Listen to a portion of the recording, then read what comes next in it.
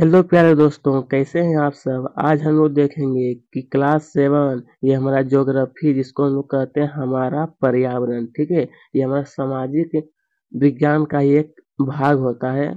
अध्याय 6 हमारा दिया है कि मानव पर्यावरण अंतोन्यय क्रिया उष्ण कटिबंधीय एवं उपोष्ण कटिबंध। तो चलिए इस पाठ का प्रश्न उत्तर यानी क्वेश्चन आंसर जो दिया है, सबसे पहले दिया है कि निम्नलिखित प्रश्नों के उत्तर देने के लिए कहा गया है सबसे पहले कि उस महाद्वीप के नाम बताएं जो अमेजन बेसिन में स्थित है। कहाँ पर? अमेजन बेसिन को लिखना है दक्षिण अमेरिका महाद्वीप। ठीक है, अगला हमारा दिया है कि अमेजन का है अमेजन बेसिन के लोग कौन सी फसल उपजाते हैं। कौन सी फसल को लिखना है कि अमेजन बेसिन के लोग टेपियोका का टेपियोका, अनन्नास, कॉफी, मक्का, कोको, शकरकंद, कसावा और गन्ना को प्रमुख रूप से उगाते हैं। ये सब क्या था वहां पर मुख्य रूप से उपजाया जाता है। ठीक है, अगला दिया है ग में कि अमेजन के वर्षा वन में कौन से पक्षी पाए जाते हैं। तो लिखना है कि अमेजन के वर्षा वन में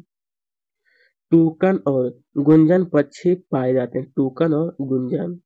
फिर यह कि गंगा नदी के तट पर कौन से प्रमुख शहर स्थित है। गंगा नदी के तट पर, तो यहाँ पर लिखना है कि गंगा नदी के तट पर स्थित प्रमुख शहर हरिद्वार, कानपुर, इलाहाबाद, वाराणसी, पटना, मुंगेर, भागलपुर और कोलकाता। ये सब क्या है? गंगा नदी के तट पर ये सब, उसके नजदीक ये सब क्या है? स्थित है। अगला दिया है कि एक सिंह वाले गेंडे कहाँ पाए जाते हैं। एक सिंह वाले गेंडे जो देखना कि एक सिंह वाले गेंडे ब्रह्मपुत्र, कहाँ पर? ब्रह्मपुत्र नदी के मैदानों में पाया जाता है। ठीक है, फिर देख सकते हैं अगला, ये क्वेश्चन नंबर 2 में दिया है कि सही उत्तर चिन्हित करना, मतलब जो सही होगा उसमें टिक लगाना है। क्या है? टुक्कन। टुक्कन क्या है? टुक्कन जो है, तो यहाँ पे लिखना है पक्षी। क्या है? यह एक पक्षी, इसमें आपको टिक लगा देना है। अगला फिर हम देख सकते हैं, एक सेकेंड, इसमें आपको टिक लगाना था, पश्चिम में आपको लगा देना है। फिर आगे हमारे देखते हैं, दिया कि मेनी यॉर्क का है मेनी यॉर्क कहाँ को प्रमुख भोजन है। तो लिखना है कि अमेजन के, कहाँ का है? अमेजन का। सी में टिक लगाना है 3 नंबर में। अब ये कोलकाता का है कोलकाता किस नदी के तट पर स्थित है। तो लिखना है कि हुंगली। कहाँ पर है? तो हुंगली पर स्थित है। ठीक है, इसमें टिक लगा देना है। अरे कि देव का है देवदार एवं फर किसके प्रकार है। का है किसके प्रकार है? ऑप्शन या कि शंकुधारी वृक्ष, पर्णपाती वृक्ष या फिर छुप। तो लिखना है कि शंकुधारी है। कैसा है? तो शंकुधारी वृक्ष है। अब कि बंगाल टाइगर कहाँ मिलते हैं। का है बंगाल टाइगर जो, तो लिखना है कि डेल्टा क्षेत्र में। कहाँ पर? डेल्टा क्षेत्र में मिलते हैं बंगाल टाइगर। ठीक है, चलिए फिर आगे हमें पूछा गया था कि निम्नलिखित स्तंभों को मिलाकर सही जुड़ाव को बनाना है। स्तंभ को मिला करके देखते हैं क्या क्वेश्चन दिया सबसे पहले। तो यहाँ पर देख सकते हैं आप सब, थोड़ा सा आपको धुंधला दिखाई देता होगा।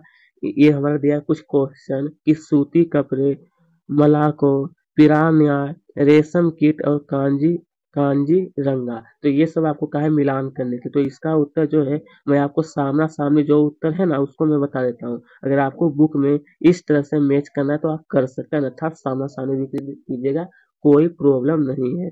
तो देखिए सूती कपड़े, इसका मिलान आपको करना है 4 नंबर यानी कि गंगा के मैदान, मलाको का ढालू छत, पिरान्या का मत्स्य, रेशम कीट पालन, कांजीरंगा का असम। ठीक है, इसके आगे देखते हैं अब क्या है पूछा गया। चलिए अब आगे हमारा पूछा है कि कारण का है बताने के लिए कि वर्षा वन लुप्त हो रहे हैं। लुप्त का मतलब क्या होता है? गायब। तो लिखना है कि वर्षा वन वाले क्षेत्र में कृषि के लिए एवं अन्य मानवीय आवश्यकताओं की पूर्ति हेतु वर्षा वनों की तेजी से कटाई हो रही है। मतलब कृषि के लिए क्या हो रहा है? तो जो वन है उसको तेजी से कटाई हो रही है, जिससे वर्षा वन लुप्त हो रहे हैं। ठीक है, लेकिन ऐसा नहीं करना चाहिए। अब हमारा दिया है कि गंगा ब्रह्मपुत्र के मैदान में धान की कृषि होती है। गंगा ब्रह्मपुत्र के जो मैदान उसमें धान की खेती। तो लिखना है कि गंगा ब्रह्मपुत्र के मैदान में धान की कृषि अधिक होने के कई कारण हैं। मतलब वहाँ पर धान होता है लेकिन बहुत अधिक होता है। जिसमें कि इन क्षेत्रों में 100 सेंटीमीटर से अधिक वर्षा होती है। इन क्षेत्र में जलोढ़ मिट्टी पाई देखिए हमारे भारत में सबसे अधिक मिट्टी जो है वो जलोढ़ मिट्टी है, ठीक है?